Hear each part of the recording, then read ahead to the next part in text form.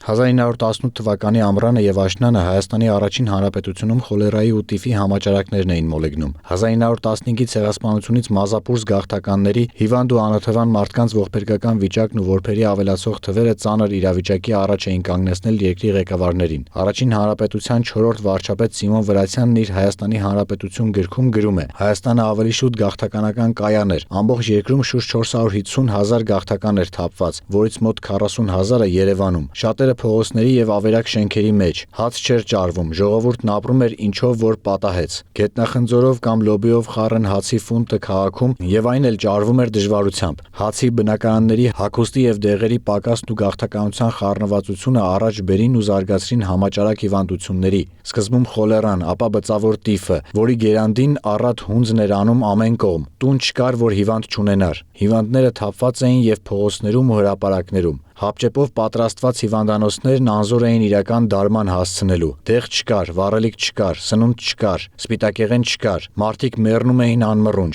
հարյուրներով, հազարներով, ժողովուրդը սպառվում էր վառվող մոմի պես։ 6 ամսվա ընթացքում սովից ու հիվանդություններից Հայաստանում մեռավ մոտ 180 հազար մարդ։ Հիվանդությունները չէին շրջանցում նաև քաղաքական և պետական գործիչներին։ Այդ ծանր ու վտանգավոր օրերին ժողովրդի կողքին կանգնած էր նաև Արամ Մանուկյանը, ով 1918 թվականի դեկտեմբերին վարակվեց բծավոր տիֆով, 1919 թվականի հունվարի 29-ին կնքեց իր մահկանացուն։ Նույն տարում հունվարին բծավոր տիֆի զոհ դարձավ նաև հայ հեղափոխական դաշնակցության հիմնադիրներից Ռոստոմը Ստեփան Զորյանը։